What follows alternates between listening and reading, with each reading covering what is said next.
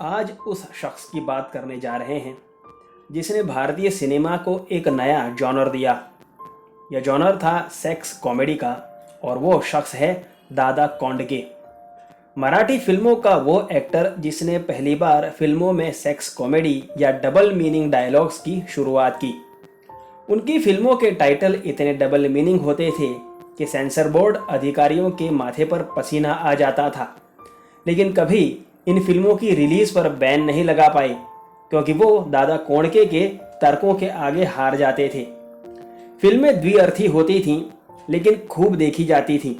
दादा कोंडके के नाम लगातार सबसे ज़्यादा सिल्वर जुबली फिल्में देने का गिनीज बुक वर्ल्ड रिकॉर्ड भी है।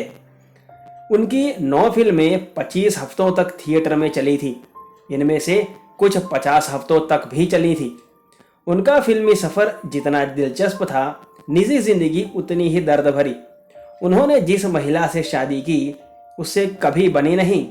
एक बेटी हुई जिसे दादा ने कभी अपना नाम नहीं दिया। 8 अगस्त को जमाना था आज़ादी के पहले के भारत का। 1932 की बात है। पुणे के पास बसे छोटे से गांव इंगावली से सालों पहले एक परिवार काम की तलाश में मुंबई पहुंचा था। मुंबई में परिवार ने लालबाग की चौल में घर बसाया, जिसके ज्यादातर सदस्य बॉम्बे डाइंग की कॉटन मिल में काम कर गुजारा करते थे। इसी परिवार में गोकुल अष्टमी के दिन 8 अगस्त 1932 को बेटे का जन्म हुआ। भगवान कृष्ण के नाम पर बेटे का नाम कृष्णा रखा गया। वही कृष्णा जिसे देश ने दादा कोंडके नाम देकर खूब सम्मान दिया। कृष्णा बचपन में काफी मोटे हुआ करते थे, जो चौल में मामूली गुंडागर्दी कर फेमस थे। रिडिफ को दिए एक इंटरव्यू में खुद कोंडके ने कहा था, लालबाग इलाके में मेरा आतंक था। कोई हमारे मोहल्ले की लड़कियों को नहीं छेड़ सकता था। बदमाशों पर मेरा गुस्सा बरता था और मैंने ईंट, पत्थर, सोडा बोतलों से खूब लड़ाई की है। असल साल का तो कहीं उल्लेख मिलता नहीं है, लेकिन युवा होते दादा कोंडके के परिवार के लगभग सारे सदस्य एक हादसे में मारे गए। सिर्फ दादा कोंडके और उनके एक बड़े भाई ही परिवार में बचे।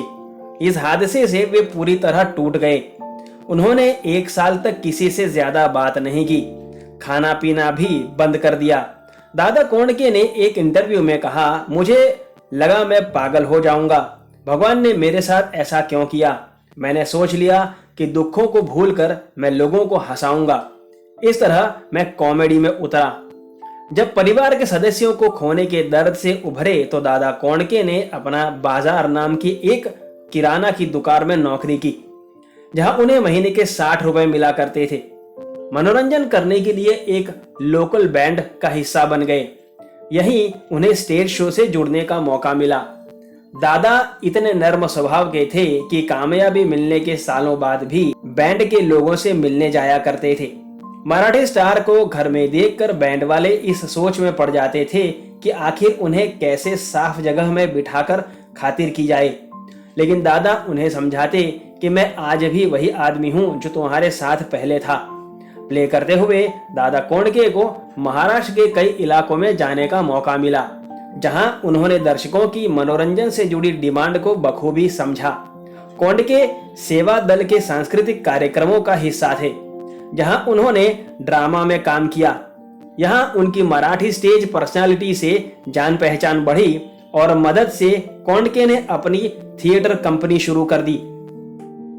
इस ड्रामा को कांग्रेस विरोधी बताया गया, जिसमें तत्कालीन प्रधानमंत्री इंदिरा गांधी का भी खूब मजाक उड़ाया गया। जहां एक तरफ ड्रामा पसंद किया गया, वहीं कांग्रेस विरोधी पार्टियों ने दादा कोंडके का जमकर सपोर्ट किया। 1975 में हैदराबाद में इसका आखिरी प्ले हुआ। इसके बाद इमरजेंसी लागू हो गई। उस जमाने की पॉपुलर सिंगर आशा भोसले इनकी बहुत बड़ी प्रशंसक थी। वो मुंबई में होने वाला विच्छा माझी पूरी कला का हर शो देखने जाती थी।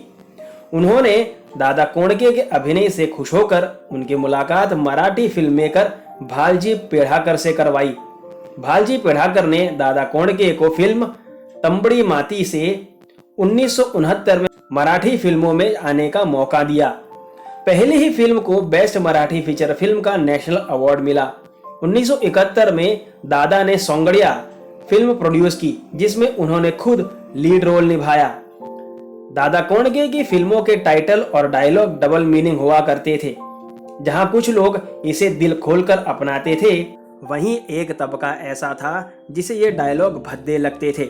सेंसर बोर्ड ने भी कई बार फिल्मों पर आपत्ति जताई, लेकिन कोई दादा के खिलाफ आवाज नहीं उठा सका। उनके पास अपनी हर फिल्म के टाइटल और डायलॉग को लेकर कुछ जवाब होता था, जिसके आगे सेंसर बोर्ड को भी झुकना पड़ता था।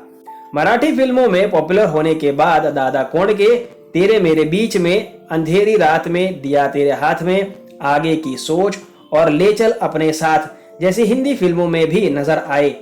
इनमें से अंधेरी रात में, दिया तेरे हाथ में फिल्म काफी चर्चा में रही। वजह थी फिल्म का डबल मीनिंग टाइटल और सेक्स कॉमेडी वाले डायलॉग्स। फिल्मों को मास ऑडियंस तक पहुंचाने और फनी बनाने के लिए इन्हें फिल्मों में तो लिया जाता था, लेकिन इन्हें बी या सी ग्रेड एक्टर का दर्जा दिया जाता था। इस बात से नाराज होकर कोंडके ने मराठी फिल्मों को हिंदी में बनाने का ट्रेंड शुरू किया। धर्मेंद्र, जितेंद्र, अमिताभ बच्चन जैसे बड़े कलाकार भी दादा कोंडके के काम की सराहना कर चुके हैं। रेखा इनकी फिल्म भिंगरी के आगे कुठे जायचे हनीमून में लावणी करती दिख चुकी हैं। इनकी कई फिल्मों में आशा भोसले ने आवाज दी है। 1971 में सोंगड़िया फिल्म का क्लेश उस जमाने में सुपरस्टार देव आनंद की फिल्म तीन देवियों से हुआ। दादर के कोहिनूर थिएटर के मालिक ने देव आनंद की फिल्म लगाने का फैसला किया, लेकिन दादा 4 हफ्ते पहले ही थिएटर बुक कर चुके थे। थिएटर मालिक ने अड़ियल मिजाज से परेशान होकर दादा कोंडके ने शिवसेना फाउंडर बाला साहेब ठाकरे से मदद मांगी। बाला ठाकरे ने खुद थिएटर के बाहर छोटा सा मंच बनवाया और भाषण में थिएटर मालिकों से कहा, क्या फिल्में हिंदी में ही होती हैं? महाराष्ट्र में मराठी फिल्म ना दिखाकर आप यहाँ के लोगों से अन्याय कर रहे हैं। आपने फिल्म को जगह नहीं दी, अब हम इस फिल्म को इसी थिएटर में लगाएंगे। फिल्म लगाने का अधिकार हम आपसे छीनते हैं। अगर फिल्म नहीं लगी तो ये टॉकीज नहीं रहेगी और आपको इसका हर्जाना भुगतना पड़ेगा। फिल्मों के अलावा दादा कोंडके शिवसेना के साथ राजनीति में उतरे। दादा कोंडके की फैन फॉलोइंग अच्छी थी और गरीब तबके के लोग भी उन्हें खूब सराहते थे। दादा कोंडके शिवसेना की रैलियों में भीड़ बढ़ाने का काम करने लगे। रैलियों में अपनी फनी स्पीच से कोंडके दर्शकों का दिल जीत लिया करते थे। दादा कोंडके ने नलिनी नाम की महिला से शादी की थी, जिससे कुछ सालों में ही उन्होंने तलाक ले लिया था। नलिनी ने दावा किया था कि उनके और दादा के बीच कभी शारीरिक संबंध नहीं बने और दोनों ने 1967 से मुलाकात नहीं की। साल 1969 में नलिनी ने बेटी तेजस्विनी को जन्म दिया, जिसे दादा कोंडके ने अपनाने से इनकार कर दिया था। दादा के परिवार में सिर्फ उनकी बहन ही थी, जिसने पुणे से आते ही उनका अंतिम संस्कार किया था। दादा हमेशा से ही भीड़ में घिरे रहना पसंद करते थे। इन्हें लोगों से बात करना इतना पसंद था कि वो लोगों पर सिर्फ इसलिए खर्चा करते थे जिससे उन्हें कोई बात करने वाला मिल सके। दादा कोंडके ने खुद एक इंटरव्यू में खुलासा किया था कि जन्म के समय उनकी कुंडली देखने वाले ज्योतिषी ने कहा था कि तुम्हें ताउम्र विफलता ही मिलेगी, लेकिन दादा ने अपने टैलेंट से हर मोड़ पर कामयाबी का लुत्फ उठाया। आज के वीडियो में बस इतना ही। कैसा लगा आपको दादा कोंडके के बारे में बनाया गया ये वीडियो, मुझे कमेंट करके जरूर बताइएगा। वीडियो पसंद आने पर लाइक करना बिल्कुल ना भूलें। धन्यवाद।